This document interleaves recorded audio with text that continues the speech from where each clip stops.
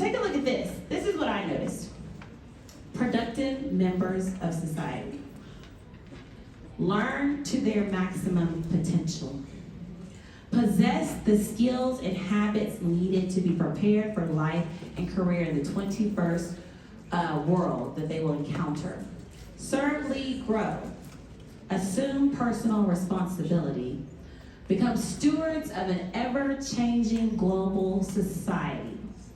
Thrive academically, emotionally, and socially. I noticed all of those words, and this is the question that came to mind. What are the characteristics of people who do this well? What are characteristics?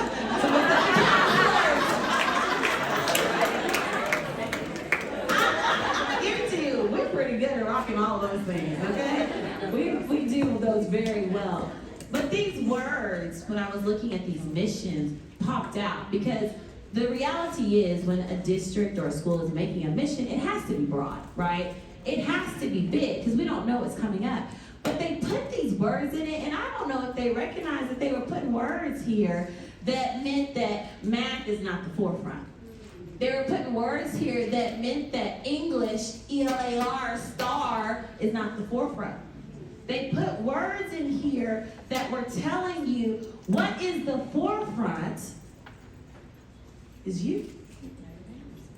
But see, we don't connect enough with our mission to help them see why your SEL is not an add-on, but is the whole plate. It's the thing. It's what is going to allow us to grow. It's what's going to allow a child to reach their potential. It is what is going to allow a child to be able to do more. It is what is going to allow child, teacher, custodian, cafeteria worker, counselor, principal, assistant principal, director, whoever. It's what's going to allow them to be successful. They put it in there. They put it in there. They put it in their vision. They put it in their mission. So why do we let them put us to the side? Why do we do that? Have you ever recognized how important, but not just important, urgent your program is? It's vital. It's life-giving. Life-giving. It is what pumps the blood through. Math is great. English is great. Everybody needs to know how to read. I know. I'm at an elementary school. Everybody needs to know how to read by the 3rd grade because they're going to take this big old test. You're right. Everybody needs to know how to read by the 3rd grade. But you know what? If baby boy is going to constantly just flip out and turn all my tables over still in the 2nd grade, I don't really care if he can read. I just don't. I need him to understand that flipping tables is not how you let me know you're hungry. That's just what's going on. He can't have life flipping tables. We want to say you can't have life if you can't read. But you know what? I used to drink that Kool-Aid too, y'all, because I was an educator. And it's more than just being able to read, because I've seen people who cannot read, but do have quality of life because they found support, because they found encouragement, because they found confidence, because they had humility to ask for help. Because they found later that, hey, it just takes me longer, so I'm just going to keep working at it. Quality of life isn't always going to be in the teaks.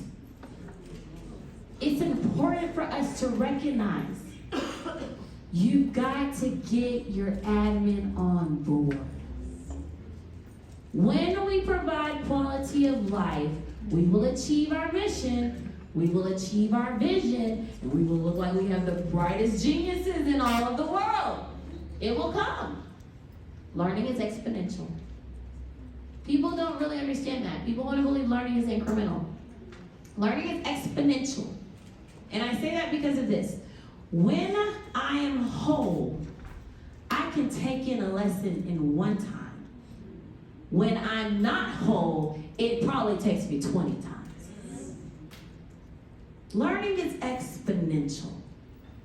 what we do is more than on the side. It's more than fluff. I used to get so mad as a counselor. We're like, oh, you do the fluffy stuff. I'm not fluffy. I'm not fluffy. Like, I mean, I went to an elementary school, and that's actually where I met Crystal. I was a middle school person all my life. Middle school teacher, middle school counselor. I met Crystal because I went to elementary, and the children were like crying and running and like tearing things off the wall. I was like, oh my, no.